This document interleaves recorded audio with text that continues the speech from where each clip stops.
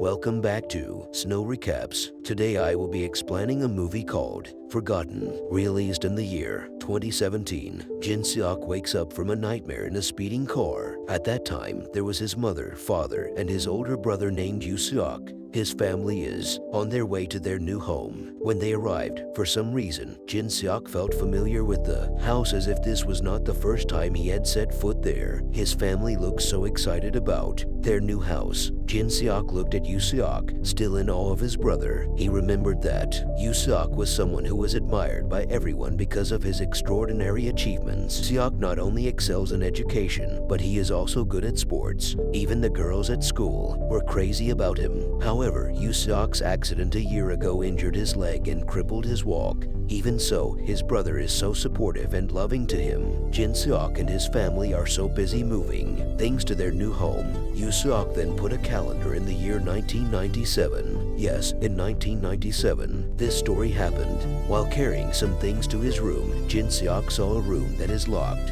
Yoo Seok said the room contained items from the previous owner and would be moved next month, so the room was locked and could not be used. Jin Seok then continued to arrange some books until a man who helped with the house moving dropped some tools. The man then asked Jin Seok if it was true that the man he was talking to earlier was his brother. This man even showed a look of disbelief, but the conversation was interrupted when Yoo Seok returned to the room and returned to help Jin Seok. The family was having dinner together that night, but Jin Seok suddenly could hear noises from the locked empty room above. Strangely, none of his family heard. His mother said maybe it was thunder, but Jin Seok was sure it was coming from the room. Jin Seok will be taking exams soon, so he is very diligent in studying. That night when he was listening to music in his room, Jin Seok heard a voice again from behind the empty room, as if someone was behind him. He approached the room, pounding eagerly to know what was behind it. Yoo Seok suddenly appeared and startled him.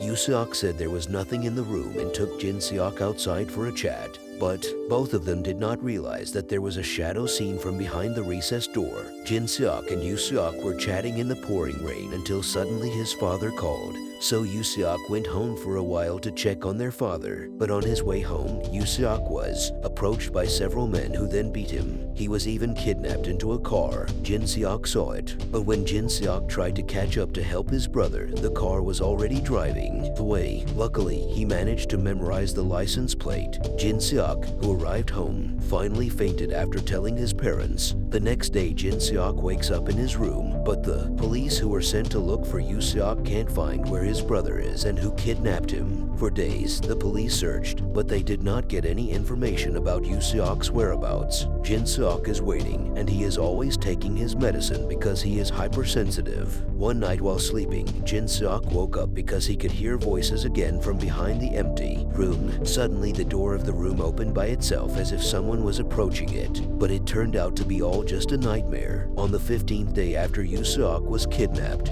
his brother finally came home, but Yoo Seok had absolutely no recollection of who had kidnapped him. He seemed to have forgotten his memory. One night while sleeping, Jin Seok realized that his brother had gone out at night but ignored it and fell asleep again. The following day, as he was about to take his medicine, the pills fell under the cupboard. Jin Seok ended up not taking his medicine that day. Then while having breakfast with Yoo Seok, Jin Seok asked where his brother had gone last night, but Yoo Seok assured him that he was not going anywhere. When he was about to go to work, Jin Seok felt something strange with Yoo Seok's way of walking because suddenly his right leg was limping, even though as far as Jin Seok knew, it was his left leg that was limping. But Yoo Seok said it wasn't worth discussing. Night fell and Jin Seok was busy studying until he fell asleep on his desk. In the middle of the night, Yoo Seok woke up looking at his brother with a sharp gaze. He then took a pencil and pointed it as if to stab his brother in the eye. He then left. At that time, Jin Seok was not asleep, and he followed Yoo Seok out of the house. Surprisingly, Yoo Seok was able to walk normally. By taking a taxi, Jin Seok finally arrived at the place where Yoo Seok got off. There he could see Yoo Seok walking into a narrow alley, smoking and without wearing his glasses. After passing through the hall, Yoo Seok finally arrived and spoke with two men who turned out to be police officers who had been tasked with finding his missing brother. While following Yoo Seok, Jin Seok is caught red-handed and begins to be chased. He tried to escape through various narrow alleys until he outwitted the two men and disappeared into the darkness. Without knowing it, Yu Seok was behind him. With one gulp, he was knocked unconscious by his own brother. Jin Seok then wakes up on his desk as if everything that happened to him was just a dream. He immediately locked himself in the bathroom, and he was pretty sure it wasn't all a dream. Yu Seok tried hard to convince her that it was all a bad dream, but Jin Seok is confident that the man out there is not his brother. Jin Seok, who sneaks out of the bathroom, is finally ambushed by Yu Seok. The two duels until Yu Seok convinces Jin Seok that it was all just his imagination. It was because Jin Seok forgot to take his medicine yesterday. Jin Seok felt very ashamed because he had accused his brother of such stupidity. He then returned to his study desk. That's when he realized one thing: the pencil Yu Seok used when trying to stab his eye was there. That is, the man just now left was not his brother. Jin Seok told his mother about it. His mother was so shocked to hear it, did not understand what really happened to Yu Seok. That night, Jin Seok woke up from his sleep and went down to the kitchen for a drink. Without realizing it, he listened to his mother's conversation on the phone, who said that Jin Seok was aware of all their plans. Turns out his mother was also a part of all this. The information Jin Seok heard so shocked him that he finally ran out of the house to hide. Then when he heard that his mother was going to his room to check, Jin Seok quickly climbed the wall in the pouring rain to return to his room. Luckily, he was already in bed when his mother came into the room, though his whole body was wet from the rain. Hearing the door closing sound, Jin Seok immediately got up,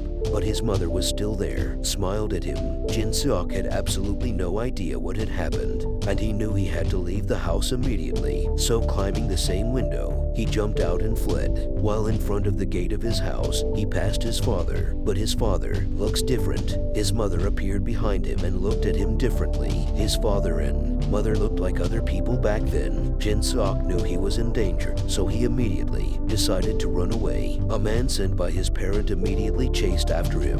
Jin Seok finally managed to escape and arrived at the police station. At the police station, Jin Seok tried to explain if there were people who pretended to be his family. When checking his data, the police said that Jin Seok was born in 1977, which means he is currently 41 years old. Hearing that, Jin Seok was so confused because he was 21 years old. It all sounds so crazy. The police then said that they were in 2017. Jin Seok was stunned. He couldn't believe what he was hearing. He looked into a mirror, and that's when he was stunned to see his face. He looks old, like a 41-year-old man. Did he just time travel? The confused Jin Seok finally decided to go home. He then heard the sound of music from behind the empty room. When he entered the room, he was so surprised to find two mannequins covered in blood. That's when Yu Seok, his father, and his mother appeared. It was clear they weren't his family. Yu Seok finally begins to explain that 20 years ago, there was a brutal murder in that room. 2 people were found dead, and the killer was nowhere to be found. The story is lost and forgotten until the victims' families began to hire a professional team to find out who killed the 2 people. After months of monitoring, Yu Seok finally found the culprit, who was none other than Jin Seok. Jin Seok is eventually captured and tortured by Yu Seok. He was forced to confess to the murder, but Jin Seok had no recollection of the incident. He was so sure he didn't commit the murder. Yu Seok finally hires a famous hypnotist, Park Song-tae, disguised as his father all along. Park Song-tae believes that Jin Seok is going through a difficult time that makes him forget his memories. So to make him remember, he will be hypnotized and take him back to 20 years ago to find the missing pieces of his memory. With his hypnotic abilities, Jin Seok is transported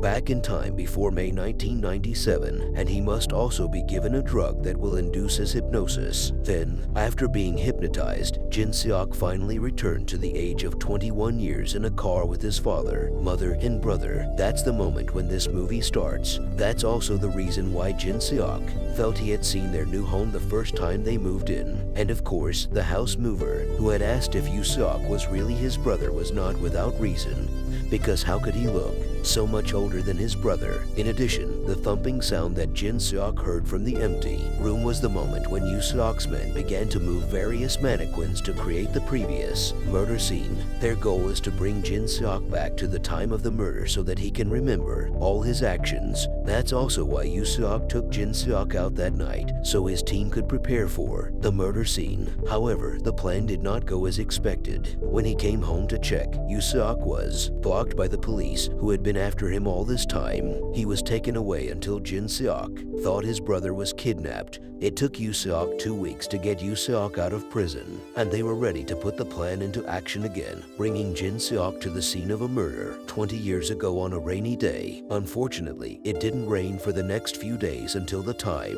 came when Jin Seok caught Yu Seok in disguise. But Jin Seok was still convinced that it wasn't him who killed the two people in the room, making Yu Seok angry. That's when Jin Seok managed to escape from the car. He then ran and was chased by Yu Seok from the car. Through a narrow alley, Yu Seok drove his car quickly until it hit a tree and got into an accident. Jin Seok finally ran away, but when he was about to cross the road, he was hit. Jin Seok never expected that the collision would bring back his lost memories from 20 years ago. It was May 1997. Young Jin Seok was listening to music by a lake. He was then called by his father, mother, and brother. They want to go home. Jin Seok was asleep on his mother's shoulder in the car, not expecting that they would have an accident that killed his parents. Meanwhile, his brother lay dying in the hospital. A stressed Jin Seok tried hard to make money, especially when the monetary crisis hit Asia. He had to save his brother's life. At the hospital, Jin Seok is approached by a doctor who says they must operate on his brother as soon as possible or his life will not be saved. Jin Seok was so frustrated that he had no money until he finally got a reply from someone's email saying he would give him a lot of money if Jin Seok would do a task,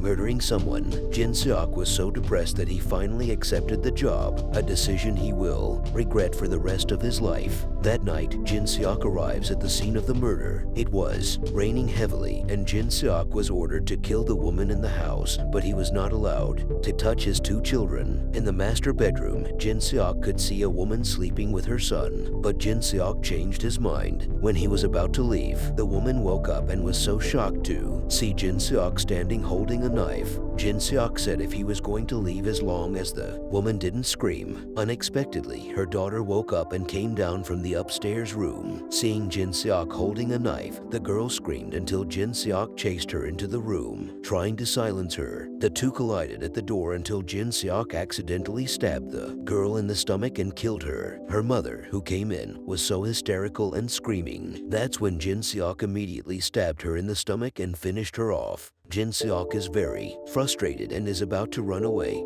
but the boy wakes up and looks for his mother. Jin Seok asks the boy to go back to sleep and counts 1 to 100, promising that his mother will return soon. When he was about to leave, Jin Seok realized that the person who ordered him to kill was the doctor at the hospital. Jin Seok finally met the doctor. The doctor was so angry that his daughter died. When his goal was to ask Jin Seok to kill his wife so he could get her insurance money, the two then dueled until the doctor fell from the roof of the building and was killed. Since then, Jin Seok has been so frustrated that he's been under a lot of stress and has lost his memory. The scene of the film is pulled back to the year of 2017 where Jin Seok is lying in the hospital. Yu Seok came and was about to inject a poison liquid that would kill him. That's when Jin Seok apologized because he didn't really want to do any of that. Yu Seok asked if it was the husband of the woman who instructed him to kill his family because he realized that a month before the incident, the doctor bought a lot of insurance. Yu Seok finally admits that he is the boy who Jin Seok asked to hide under the covers while counting to 100.